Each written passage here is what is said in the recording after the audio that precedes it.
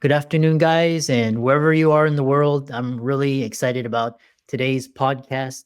From Louisiana, I have Jim DuBos, and he is going to talk to the audience all about how to help business owners launch, scale, and exit their companies. I'm really excited. He's got a lot of experience and wisdom, and excited to welcome him to the show. So, Jim, welcome. Thank you, Christopher. I'm excited to be here. I'm looking forward to hopefully sharing some words of wisdom with your audience. Well, excellent. Well, introduce yourself and how you got to be doing what you're doing. So, the short version I can give you is I'm a 35-year entrepreneur. I'm almost 60 today, but I've had 10 companies and I've had the blessing to exit 7 of those companies through formal mergers and acquisitions. Most of the companies were B2B, a couple were B2C companies. And what I did in my last transaction, it was in 2022, is I spent a minute thinking about what were the things that made my companies valuable to buyers, and built a set of attributes, I'll call it, that really translated into real asset value for potential buyers. And then the second element was, because my last company was probably my most fulfilling personally. And I asked myself some very, I guess, self reflective questions. What were those things that made it so enjoyable? And I distilled it down to some principles that ended up driving me to write an ebook called The Entrepreneur's Guide to Fulfillment. And it was really to help entrepreneurs, because we know that this is hard, right? This entrepreneurship is a hard journey. It's not a get rich quick scheme. And so, how do you find fulfillment every day in operating your companies, and how do you operate them, regardless of whether or not you want to sell or not, with attributes in mind that give you options, quite frankly, and freedom from your business? So that's at a high level. That's who I am and what I'm doing. Interesting. So one thing when I love, again, this podcast is for businesses to showcase and what are your client avatar and, kind of describe it. What are they aspiring to? What are they running away from? What are they frustrated with to come and work with you? So if I look at my client journeys, right, I can start with the launch journey, and the launch journey is really to help a beginning entrepreneur, a first-time entrepreneur. I'm not speaking necessarily about young people, because there are many first-time entrepreneurs that are older in life. Is really just to make sure that they contemplate certain characteristics about the business. And I'll say that if you can't see clearly to your first $1 million, you need to stop and ask yourself why. Okay, because you're not, in my eyes, you're probably not being realistic with the ability for the business to be able to be successful. And it's really teaching them a methodology of what I like to call 60-day sprints, so that they get to a place of out of the launch phase and into the stability phase of their business as quickly as possible. Mm. And then when we get into the scale journey is really taking an individual business owner that has gotten into stability, feels they have consistency in their revenue. We run them through a self scoring of their business against the 15 attributes that I call the exit ready method.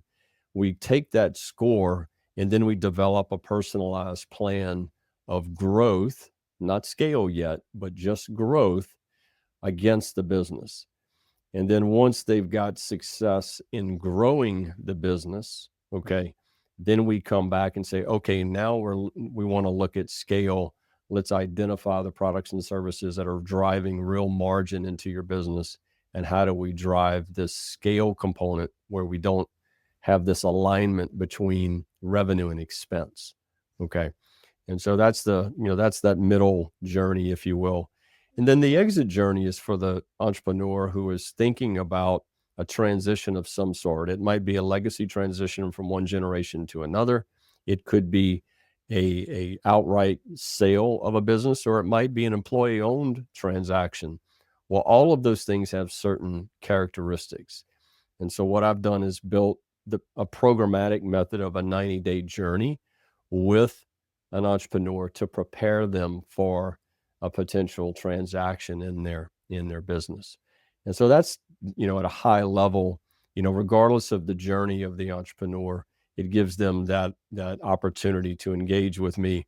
You know, I can't guarantee anybody's success, but what I can do is give you the benefit of 35 years of success and scar tissue, quite frankly, of things that have worked for me in the past and that seem to work for other entrepreneurs as well. So Sure. Interesting. That's a really fascinating discussion. And so you and me, we talked about earlier in the green room about designing your business with the end goal of what is it saleable. A lot of listeners and viewers of the podcast, they're coaches or consultants, public speakers, thought leaders. What are they doing wrong that makes their business non-saleable? I don't know that, I don't know that they're necessarily doing anything wrong, right? I think sometimes I'm shocked, Christopher, is the best way I can say this. I'm shocked at how much time entrepreneurs will spend working in the business, but not considering it as an asset with value in the future. Mm. And to me, it's stunning, right? And so I look and I go, you don't have a asset, you have a job. Okay. And so what I try to do is counsel, and in many cases, I'm talking to a business coach who has a client and they're trying to give them good counsel. And so what I did when I built the 15 attributes, the attributes are the things that the coaches can work with their clients on, right, based upon the outcome of the scoring. And then when they're ready to begin thinking about a transaction, okay, what are the steps associated with that? But to me, I'm just stunned at how much time entrepreneurs will spend working, in the business, but never consider that it's actually an asset that if you built it in a particular way, you'd have exit value as well. And I think certainly in some generations, we have a tendency to have a negative connotation about the sale of a business. Mm. It's almost in some it's interesting in some dialogue you have, it's like, oh, are you're letting people down in some way? Are you turning your back on your employees or on your customers? And that's just not simply the case. And that's not been my own personal experiences. And I think sometimes entrepreneurs think, well, if I leave the business, it's going to fall apart. Well, if your business is totally dependent upon you, you don't have a sellable business to begin with. Mhm. Okay. But egotistically, I would tell you that you should be building the business so that it is not dependent upon you. Through the art of delegation and hiring the right employees, you're able to free yourself from the day-to-day job that you have and actually transition into ownership, right? And running the business without having it be so owner dependent. Mm. Yeah. So we'll talk about what are what you're alluding to is businesses trapping their owners, and what are early signs that a business is becoming a trap instead of a Well, time is the most valuable asset we have. And one of the things that I like to do with entrepreneurs who are, I'll say they do they do the scoring assessment and maybe they don't score particularly well in certain areas. One of the first things I like to have them do is to do a time log. Write down every 15 to 30 minutes, what are you spending time on during the day? And look at it over a course of, a week. When you come back and evaluate it, you ask yourself the question, are these really the priorities that you should have in your business? Are these the priorities, right? And when you compare that to an actual kind of objective score of preparing your business to be exit ready, sometimes it's really, really telling that you're not working on the most important things in the business, right? And so that's something that I like to do in those early stages with the entrepreneurs. Hmm. Interesting. Talk about exiting, because and you founded 10 companies, exited 7. Right. What is, how should a business owner or entrepreneur be thinking of, like you mentioned, employee versus like a acquisition or a public Mhm. offering? How do you determine that? So look, I've had the experience in some of my exits where I've sold a company to a publicly traded company and kind of went through I'll say stock option vesting, that type of an approach. I've had the kind of the more traditional approach of having a new buyer, right? A new ownership community own the company. And it's one of the things that I learned in my review was that they all tend to value the same things. Okay. Owner dependency is the first red flag that's going to throw up, right? If a business cannot survive with the owner exiting, you got a real problem in the asset. The core consideration is, have you hired well, and do you have a second line management team to take the business forward? Because I'd say in virtually all of the companies that I've sold, all of the line management employees outside of ownership all remained with the companies and continued to execute their responsibilities in the business. 99% of them did. And so that told me that buyers really value strong management structure, processes, systems, delegating well, right?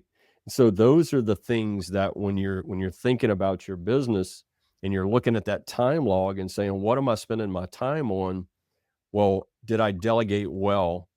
Do I have people in place who can execute those things so that then you can build and grow the business, going forward? That's what buyers, that's what they value, Mm. What about someone that's like, I'll never sell. I don't need to think about this. So look, that's a great question. I had a really good friend who had I'm going to just call it a health moment.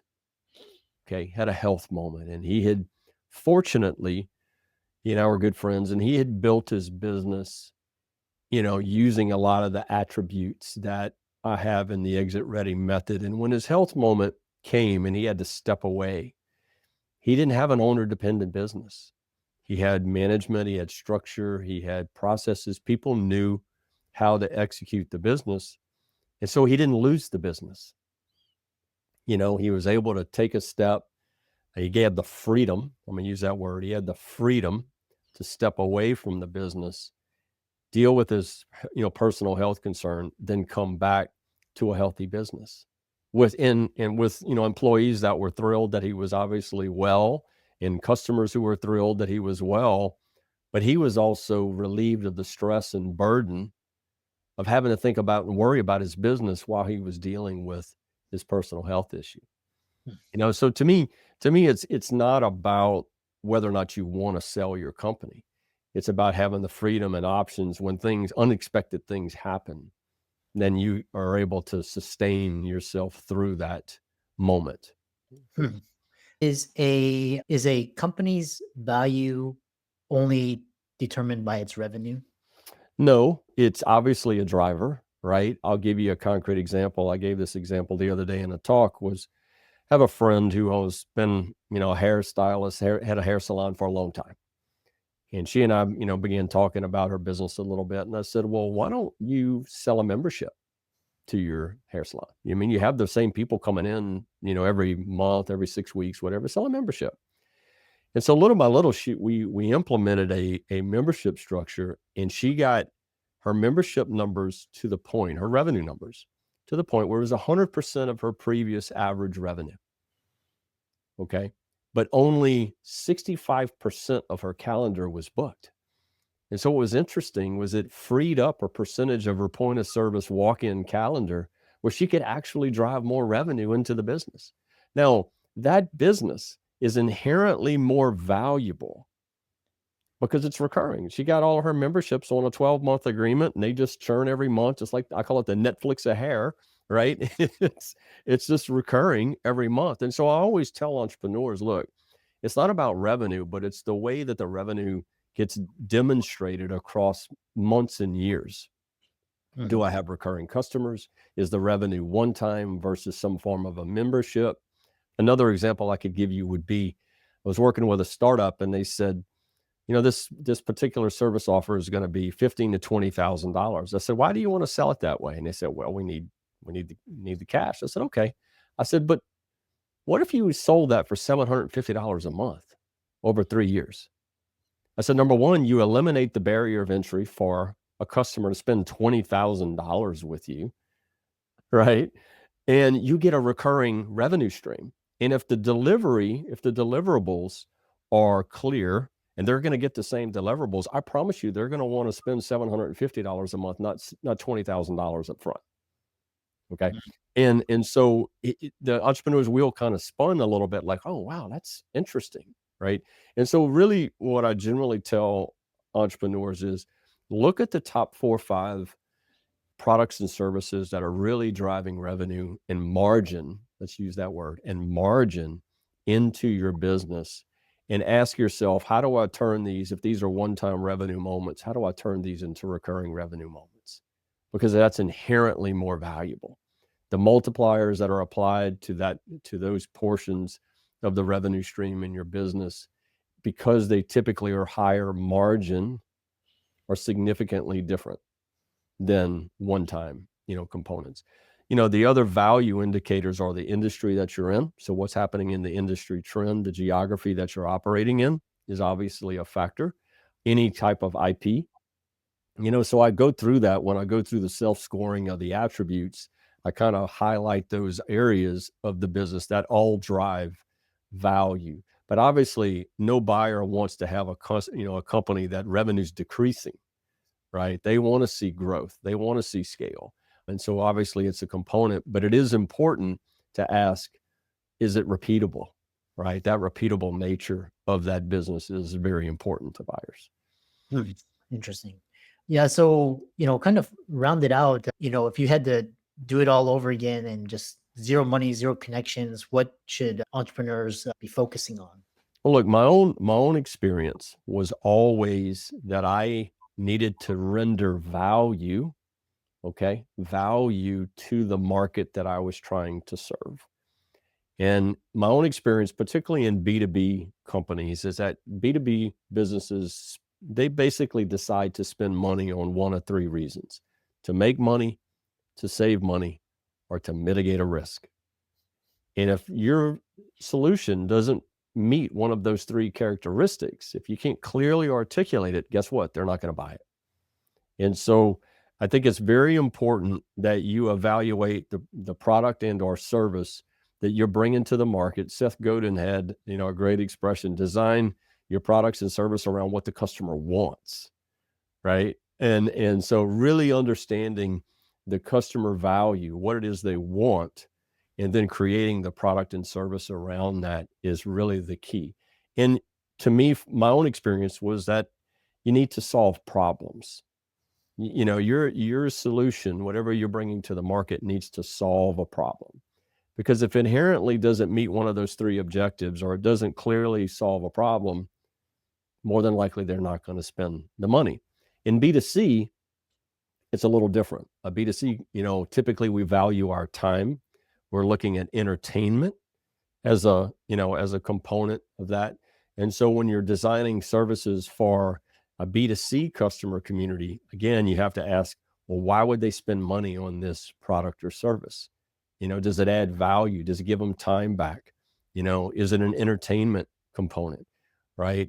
Health, education, entertainment, these areas of business, you need to really understand the buyer and ask yourself, are they really willing to spend this money, on that? And so that's how I would approach bringing any business to market, is really having a clear value proposition, whether it be to B2B or B2C. Interesting. How can people connect with you and reach out to you and learn from you? Well, my website is dubos.me, dubos.me. You can email me at entrepreneurship@dubos.me. Lands right in my inbox, and I'm happy to help. There's quite a few free sets of material on the website, regardless of the customer journey you're on. And I love to help both business owners and coaches. And so if there's coaches out there that want, and need help with a particular situation, I'm happy to work with coaches as well. Excellent. Well, thanks so much for coming on, and really interesting discussion. Thank you, Christopher. Appreciate it.